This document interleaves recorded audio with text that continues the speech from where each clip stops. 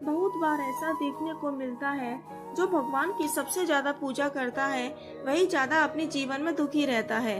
जबकि बहुत से लोग ऐसे होते हैं जो भगवान की पूजा नहीं करते, भगवान को नहीं मानते, कभी मंदिर तक भी नहीं जाते। वो लोग हमें सुखी देखने को ज्यादा मिलते हैं। कभी कभी तो इन सबको देखकर ऐसा लगता है कि भगवान ही गलत है, भगवान का न्याय ही गलत है। ऐसा हर किसी के साथ होता है, ये कोई कहानी नहीं है। आज की इस वीडियो में मैं आप सबको इसके पीछे का कारण बताने जा रही हूँ कि ऐसा क्यों होता है। भगवान श्री कृष्ण ने स्वयं इसका उत्तर दिया है। आखिर ज्यादा पूजा कार्य करने वाले लोग दुखी क्यों होते हैं, इसका उत्तर भगवान श्री कृष्ण ने श्रीमद् भगवत गीता के माध्यम से बड़ी स्पष्टता के साथ बताया है। तो चलिए दोस्तों फिर शुरुआत करते हैं। नमस्कार, आप सबका मेरे YouTube चैनल गॉड्स पावर में सबका हार्दिक स्वागत है। अगर आप भी भगवान श्री कृष्ण के भक्त हैं तो कमेंट में जय श्री कृष्णा जरूर लिखिए।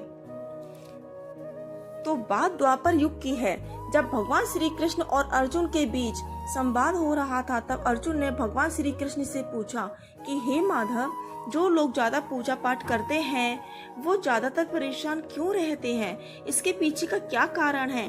और जो लोग भगवान को नहीं मानते, उनकी पूजा भी नहीं करते और हमेशा गलत काम में लिप्त रहते हैं, उन लोगों को मैं सुखी देखता हूँ। इसके पीछे का रहस्य समझाने का प्रयास करें।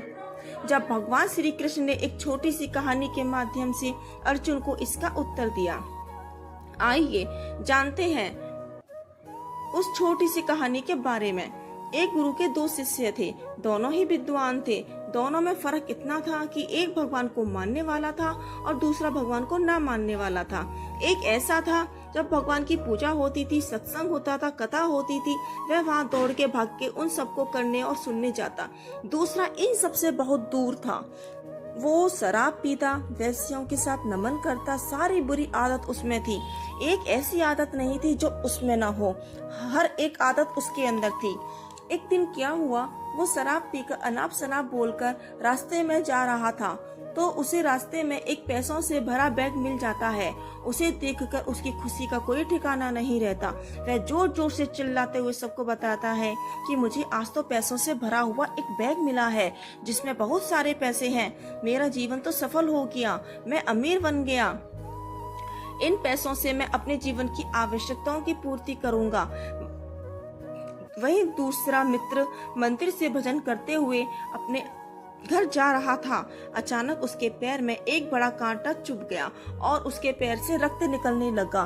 ठीक उसी समय उसका मित्र आया और बहुत हंसा उस पर और हंस के बोला कि वो तुम ही हो ना जो सबसे ज्यादा पूजा पाठ करते हो, भजन करते हो।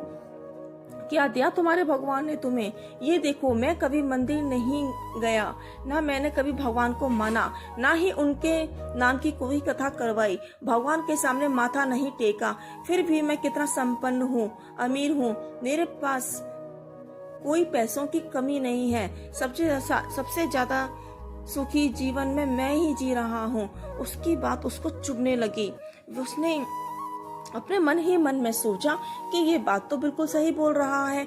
मैं कितनी पूजा करता हूँ, वह कुछ भी नहीं करता, फिर भी मैं कितना सुखी हूँ। और वह यह बात सोचते हुए अपने गुरु के पास चला जाता है और उनसे वह यही प्रश्न पूछता है।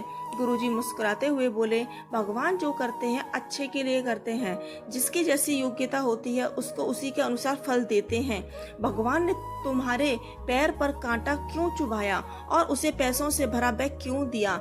इसलिए सुनो, तुमने पिछले जन्म में बहुत पाप किए थे, इसलिए तुम्हारी आज मौत होने वाली थी। तुम बच गए क्योंकि तुम मंदिर गए थे, तुमने भगवान की पूजा की थी।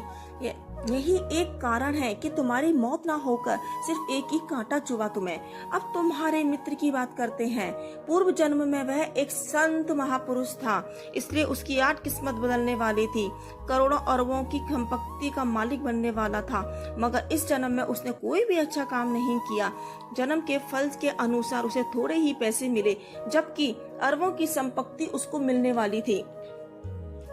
भगवान को दोष देना छोड़ दो, अपने वर्तमान के समय का सदुपयोग करो, भविष्य अपने आप सुधर जाएगा। इस प्रकार उसकी आंखें खुली और वह फिर से अपनी पूजा पाठ में लग गया। तो दोस्तों, जब हम प्रार्थना करते हैं, ईश्वर हमारे कहने से ज्यादा सुनता है। जिसकी हम प्रार्थना करते हैं उससे भी ज्यादा अपने तरीके से देता है। समय का चक्र बहुत तेजी से चलता है, इसलिए न अपने बल का अहंकार करें और न ही अपने धन का। जीवन में वाणी को संयम में रखना बहुत अनिवार्य है, क्योंकि वाणी से दिए हुए घाव कभी भी नहीं भरे जा सकते। जीवन में कभी मौका मिले तो सारथी बनना, स्वार्थी नहीं। जैसे पानी को अगर दूध में मिलाया जाए तो वह दूध की तरह हो जाता है, यदि वही पानी कीचड़ में मिलाया जाए तो वह कीचड़ बन जाता है। हमेशा वो काम करें जो सही हो। जिस तरीके से बात करते हो उस तरीके से सुनना भी पसंद करो। ईश्वर को अपना सबसे करीबी दोस्त बना लो, क्योंकि ईश्वर ही एक ऐसा है जो हमारा साथ हमेशा देता है। जब सारी दुनिया हमें छोड़ देती है तब हमारे साथ सिर्फ एक ईश्वर ही होते हैं। ऐसे लोगों से दोस्ती बनाए रखिए जो आपको बेहतर बनाने को प्रेरित करें। रोने वाले तो महलों में भी रोते हैं और खुश रहने वाले झोपड़ी में भी मिल जाते हैं। विश्वास में वो शक्ति है जिससे उजड़ी हुई दुनिया में भी प्रकाश लाया जा सकता है। विश्वास पत्थर को भी भगवान बना सकता है और विश्वास भगवान के बनाए इंसान को भी पत्थर दिल बना सकता है। तो आज के लिए बस इतना ही काफी है। उम्मीद करते हैं कि मेरे द्वारा दी गई जानकारी आपको पसंद आई होगी। अगर आपको मेरी ये वीडियो पसंद आई है तो प्लीज इसको लाइक और शेयर करना ना भूलें। अगर आपने हमारे चैनल को सब्सक्राइब नहीं किया तो जरूर करिए। मैं आपको ऐसी ही जानकारी और देती रहूंगी। और हाँ, वीडियो को अंत तक देखने के लिए आपका बहुत बहुत धन्यवाद।